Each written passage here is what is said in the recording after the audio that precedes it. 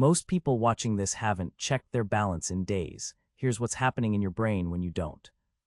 And before we go any further, I want you to notice something. You clicked on this video, which means some part of you already knows this is about you. That part of you is braver than you think. Because avoiding your bank account is one of those behaviors that looks like irresponsibility from the outside, but feels completely different from the inside. It doesn't feel like laziness. It feels like self-protection, and that distinction matters more than most people realize.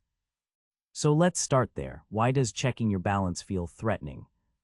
Your brain has one core job: keep you safe, and over thousands of years it got very good at one particular strategy. If something causes pain, avoid it. Don't touch the fire. Don't walk into the danger. Don't look at the thing that hurts. The problem is, that same ancient system is now running in a world with online banking, and your brain can't tell the difference between a predator on the savannah and a number on a screen that might be lower than you hoped.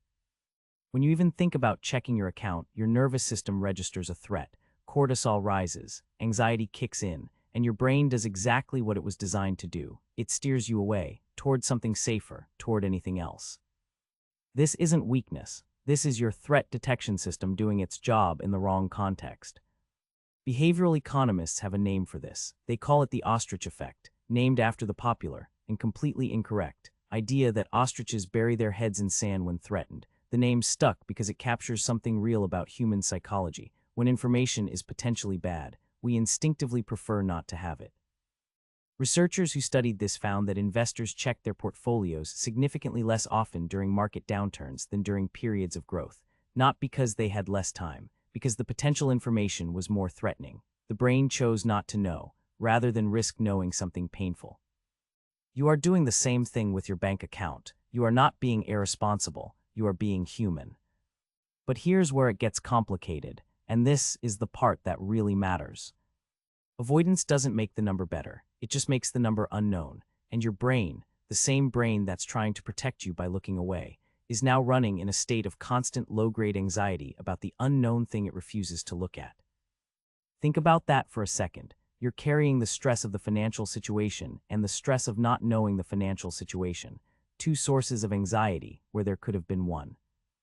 And because you're not looking, you're also not catching the small problems before they become larger ones.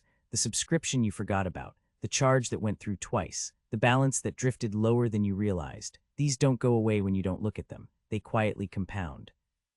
The avoidance that felt protective is actually making things harder, not because you're doing anything wrong, but because the brain's ancient strategy for handling threats doesn't translate well to financial reality. So what actually helps? Here's something that research in behavioral psychology has consistently shown. Awareness alone changes behavior, not advice, not discipline, not a budget spreadsheet, just knowing.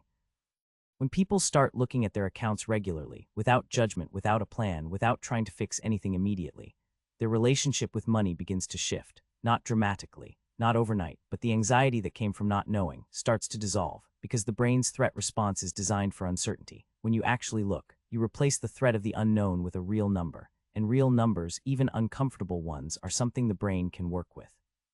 The feeling you're avoiding is not the number, it's the not knowing, and the only way out of that is through. You don't have to fix anything today, you don't have to have a plan, you just have to look. If this is you, like this video, you're not alone in this, not even close.